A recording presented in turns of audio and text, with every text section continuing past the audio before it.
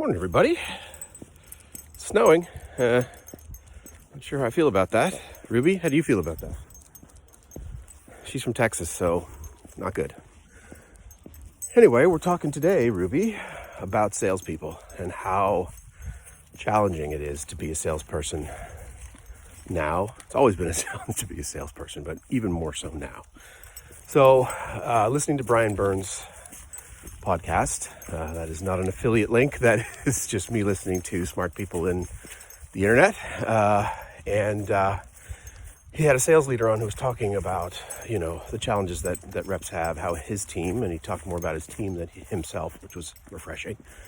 But the challenge of getting meetings, like getting started in a sales process, getting somebody to actually think and feel differently about your reps so that they actually begin to start a process. So, that's a thing. So if you listen to Gartner's telling us that 30% of boomers, about 40% of Gen Xers, and 55% of millennials want a rep-free experience, which means they don't want to talk to you salespeople.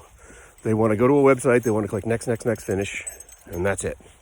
And that's not possible. That's not feasible at all. We have complicated things that people sell, customizations. We're not selling jeans out there. So what does that actually mean when you have a buyer that doesn't want to talk to you? For many reasons, mostly because there are so many bad reps out there. And I'll give you an example. Literally, yet again, happened to me yesterday.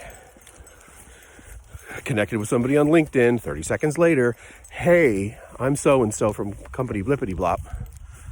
We have this amazing platform to get you new clients. Would you love to spend 15 minutes talking about that?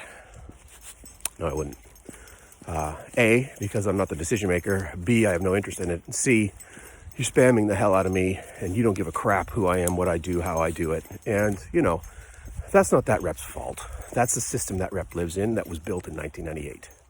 That is rinse and repeat, spam, call until your eyes bleed, like all of that.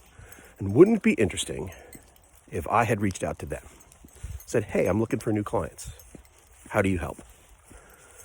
But I don't know anything about them because they haven't done any of the legwork, any of the stuff that needs to happen for me to make it even a remotely interesting experience other than piss me off.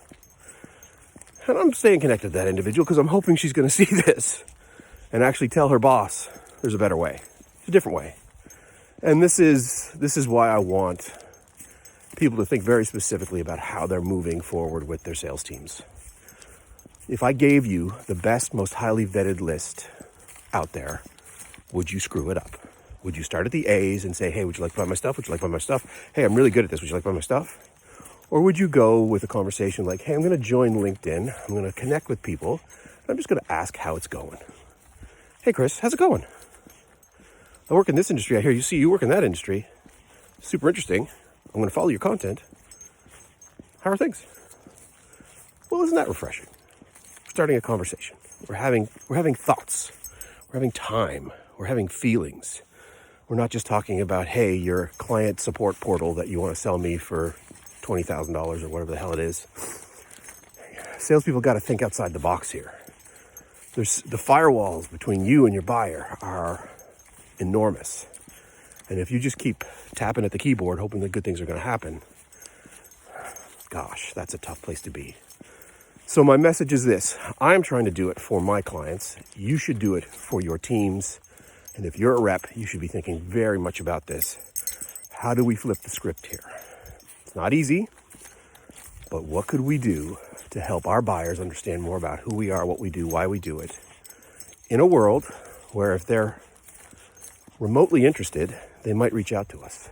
And if they're not remotely interested, doesn't mean that they're not a buyer. But we got to nurture that relationship. We just don't jump to the final page of the book and start reading. You start at chapter 1 and you work that number. You work through the pages. You understand what the customer's looking for. You start a conversation in a very non-aggressive way to make it easier for your buyer to come to you with their problem, which, gosh, you could probably solve. Wouldn't that be great? Anyway, sales has changed. Not is changing. Sales has changed. And we want everybody to get on board that train and figure out how to help their own businesses become so much more relevant to their buyers. relevance, context, value. This is what's going to sell products and services in 2023. Not, hey, can we get on a 15-minute demo? Never works. Right, Ruby? Walking and talking with Ruby.